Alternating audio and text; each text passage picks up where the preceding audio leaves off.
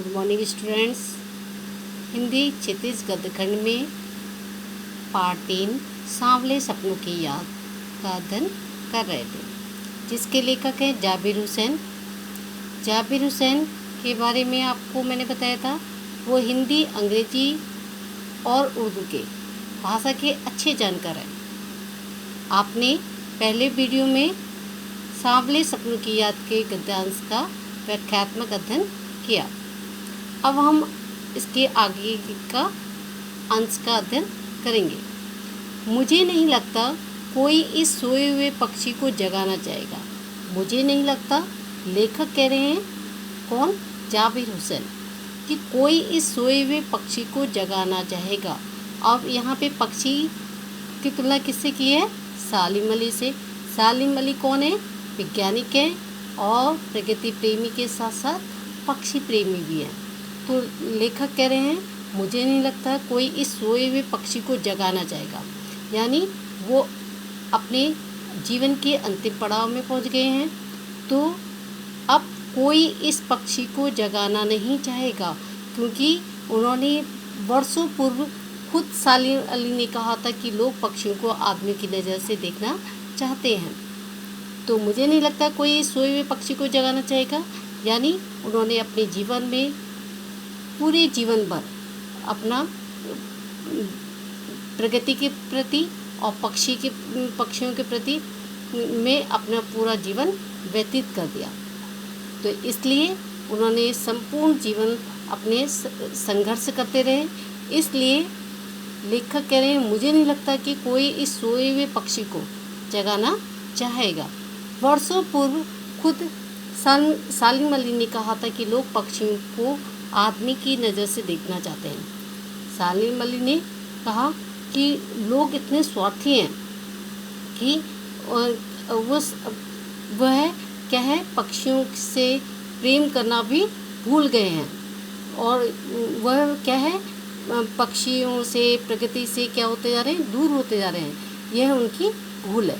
ठीक उसी तरह जैसे जंगलों, पहाड़ों, झरनों, अप्सराओं को वो प्रकृति की नज़र से नहीं, आदमी की नज़र से देखने को उत्सुक रहते हैं। यानी वो क्या है कि प्रकृति से भी दूर होते जा रहे हैं, और वह क्या है, प्रकृति को भी आदमी की नज़र से ही देखने के लिए ललायित रहते हैं। कोई आदमी अपने कानों से पक्षी के आवाज़ का मधुर संगीत सुनकर अपने भीतर रोमांच का सोता फूरता महसूस कर सकता है।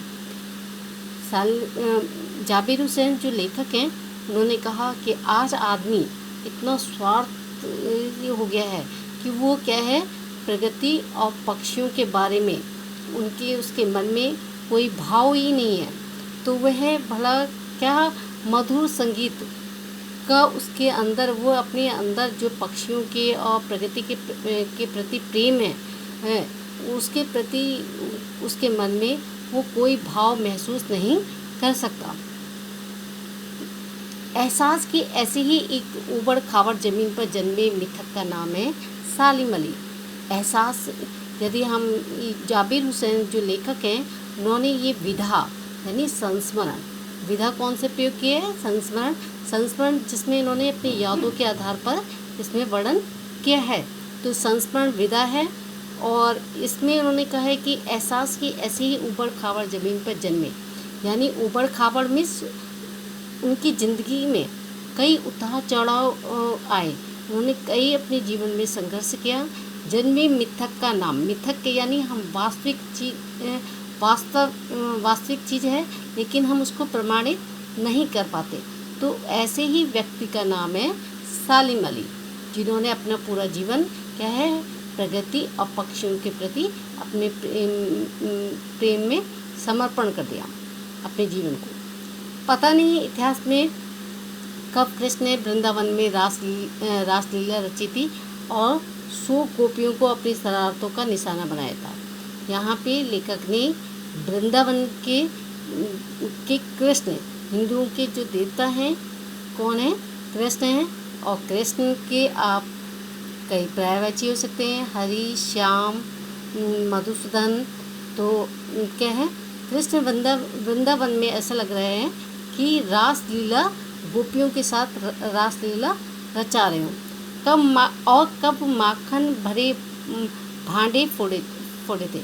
अब कब उन्होंने वहाँ पे गोपियों के साथ क्या है शरारत की थी, कब उन्होंने मक्खन से भरे बर्तनों को का हांडियाँ थी वो फोड़ी थी। तो अभी आपने इस गद्यांश का व्याख्यात्मक अध्ययन किया।